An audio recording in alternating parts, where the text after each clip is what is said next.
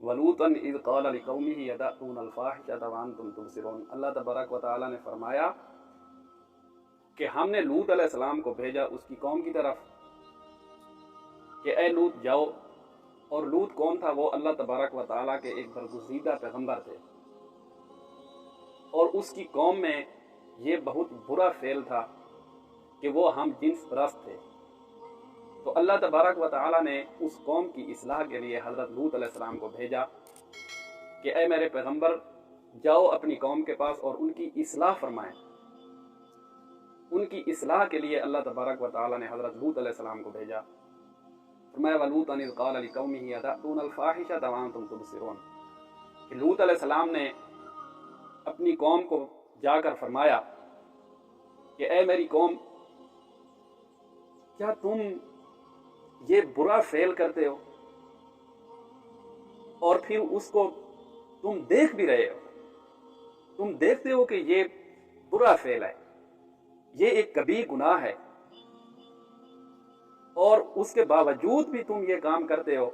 ये अल्लाह तबारक व तआला की नाराजगी के असबाब में से एक सबब है। अइन्नकुम लतअतून अर्रिजाल शहवतम मिन दुनिन निसा। फरमाया कि क्या तुम अपनी औरतों के बजाय इन लड़कों के साथ अपनी वो जो शहवत है वो तुम पूरी करते हो। बल अंतुम कौमुन तजहलून। फरमाया कि तुम तो एक जाहिल कौम हो। ये सब कुछ जानने के बावजूद कि ये एक बुरा फेल है, तुम अल्लाह तबारक व तआला की नाराजगी तुम खुद खरीद रहे हो। लेकिन ये सब नसीहतें सुनने के बावजूद हज़रत लूत की जो कौम थी वो बड़ी ढीठ थी। तो उन्होंने हज़रत लूत को फरमाया, कहने लगे कि ए लूत, ठीक है तू अल्लाह तबारक व तआला का बरगुज़ीदा बंदा है और तेरा दावा है कि मैं उसकी तरफ से भेजा हुआ पैगंबर हूँ, तो जो काम हम कर रहे हैं ये गुनाह है या जो भी है, हम इस गुनाह को छोड़ने वाले नहीं हैं। हज़रत लूत अलैहिस्सलाम ने उनको बहुत समझाया और डराया अल्लाह तबारक व तआला की नाराज़गी से, अल्लाह तबारक व तआला के अज़ाब से, लेकिन वो ढीठ कौम थी। उन्होंने कहा कि नहीं, ये जो कुछ भी हम कर रहे हैं हम इसको गुनाह भी नहीं समझते। और ये वो कबीह अमल था, ये ऐसा घटिया किस्म का ये अमल था कि इनसे पहले किसी कौम में भी ये अमल नहीं पाया गया। तो हजरत लूत के बार बार समझाने के बावजूद ये लोग उस गुनाह को छोड़ने के लिए तैयार नहीं थे। तो फिर अल्लाह तबारक व तआला भी फरमाते हैं कि जब मैं किसी मुजरिम को बहुत ज्यादा मोहलत दे देता हूं तो मेरी मोहलत की भी एक हद होती है।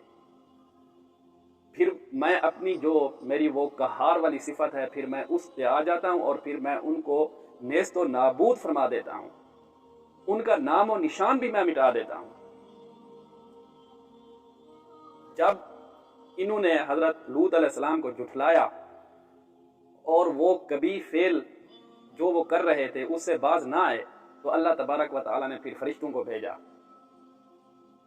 कि जाओ, लूत की कौम की बर्बादी का वक्त आ गया है। वो फरिश्ते आए, वो भी खूबसूरत शक्ल में आए और तफसीरों में आता है कि वो फरिश्ते पहले हजरत इब्राहीम अलैहिस्सलाम के पास गए, क्योंकि हजरत लूत हजरत इब्राहीम की जो बीवी थी हजरत सारा, ये उनके भाई भी थे। तो हजरत इब्राहीम अलैहिस्सलाम के पास से वो फरिश्ते हजरत लूत अलैहिस्सलाम के पास आए। हजरत इब्राहीम को बेटे की खुशखबरी सुनाई। अल्लाह तबारक व तआला ने फरमाया कि जाओ मेरे खलील को बेटे की खुशखबरी सुनाओ कि अल्लाह तबारक व तआला तुम्हें एक खूबसूरत सा बेटा अता फरमाएगा 80 साल की उम्र में। वबश्शरनाहु बिइस्हाक नबिय्यम मिनस सालिहीन। और अल्लाह तबारक व तआला ने उनका नाम भी बता दिया। हजरत इब्राहीम की तरफ से फिर वहां उनको खुशखबरी देकर फिर वो लूत अलैहिस्सलाम की कौम के पास आ गए। हजरत लूत अलैहिस्सलाम के पास आए, खूबसूरत शक्ल में आए, तो हजरत लूत अलैहिस्सलाम उनको देखकर गमगीन हो गए कि ये मेहमान हैं और ख़ूबसूरत भी हैं और मेरी कौम जो है वो इस कभी فعل میں جو ہے ملوث ہے، کہیں ایسا نہ ہو کہ یہ میرے مہمانوں کے ساتھ زیادتی کر دیں۔ تو پھر ہوا ہی اسی طرح کہ جب انہوں نے دیکھا کہ لوط کے گھر میں تو بہت خوبصورت قسم کے لڑکے آ گئے ہیں، تو وہ روایات میں آتا ہے کہ وہ حضرت لوط علیہ السلام کے گھر کی چھت کے اوپر بھی وہ چڑھ گئے اور حضرت لوط کو کہنے لگے کہ اے لوط، یہ جو تمہارے مہمان آئے ہیں یہ ہمیں دے دو، ہم نعوذ باللہ ان کے ساتھ بدفعلی کریں گے۔ تو حضرت لوط علیہ السلام نے اللہ تبارک و تعالیٰ سے دعا کی اور ان سرداروں کی منت سماجت کی کہ یہ میرے مہمان ہیں، تم کیا کر رہے ہو؟ پہلے بھی تم اس برے فعل میں جو ہے نا ملوث ہو، اور اب تو آپ مہمانوں کی بھی جو ہے نا اس قسم کی حرکت کر رہے ہو، تمہیں مہمانوں کا بھی خیال نہیں ہے۔ تو پھر فرشتوں نے عرض کی کہ اے لوط، اے اللہ کے پیغمبر، ہم انسان نہیں ہیں، ہم اللہ تبارک و تعالیٰ کی طرف سے بھیجے گئے فرشتے ہیں، اور تیری اس قوم یہ جو بدعمالیوں کی انتہا کو پہنچ چکی ہے، یہ تمہاری قوم، ہم اس کو نیست و نابود کرنے کے لیے آئے ہیں۔ تو حضرت لوط علیہ السلام کو انہوں نے اللہ تبارک و تعالیٰ کی طرف سے حکم دیا کہ آپ اس بستی سے نکل جائیں اور اپنے ساتھ جو اہل ایمان ہیں ان کو بھی ساتھ لیتے چلیں۔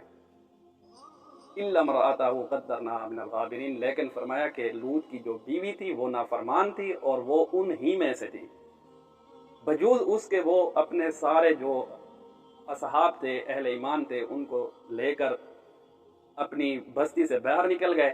پھر اللہ تبارک و تعالیٰ فرماتا ہے وَأَمْطَرْنَا عَلَيْهِمْ مَطَرًا فَسَاءَ مَطَرُ الْمُنذَرِينَ، کہ پھر ہم نے ان کے اوپر پتھروں کی بارش کی، اور بارش کی طرح ہم نے ان کے اوپر پتھر برسائے۔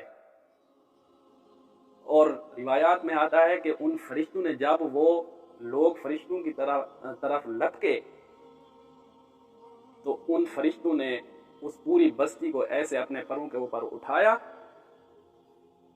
اور آسمان تک لے جا کر پھر ایسے الٹا پھینکا،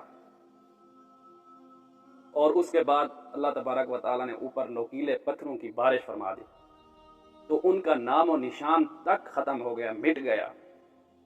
یہ کس وجہ سے؟ یہ اسی برے فعل کی وجہ سے۔ پھر ان کا وہ فعل اور آج کے جو ہمارے حالات ہیں، ہمارے اندر بھی وہی باتیں آ رہی ہیں، وہی ہم جنس پرستی، اور اب تو ہم جنس پرست جو ہیں وہ اپنے حقوق مانگ رہے ہیں، اور عالمی سطح پر ان کا جو ہے مطالبہ پہنچ چکا ہے کہ ہمیں حقوق دیے جائیں، ہمارا جو ہے ایک دن مقرر کیا جائے، ہمارا تحفظ کیا جائے، اور بل پاس ہو رہے ہیں کہ مرد مرد کے ساتھ شادی کر سکتا ہے، عورت عورت کے ساتھ شادی کر سکتی ہے، یعنی کہ یہ اللہ تبارک و تعالیٰ کے عذاب کو دعوت دینے کے مترادف ہے کہ اللہ تبارک و تعالیٰ ہمارے اوپر اسی طرح پتھروں کی بارش فرمائے جس طرح قوم لوط کے اوپر فرمائی تھی۔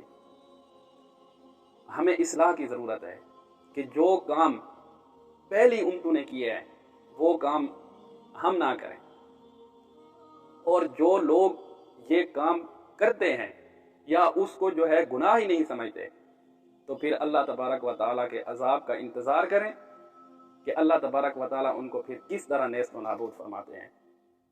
سب سے زیادہ مسلمانوں کو اصلاح کی ضرورت ہے، اور یہ جو قرآن مجید میں اللہ تبارک و تعالیٰ نے قصے بیان فرمائے ہیں یہ ہمیں عبرت سکھاتے ہیں کہ ہم اس سے عبرت حاصل کریں۔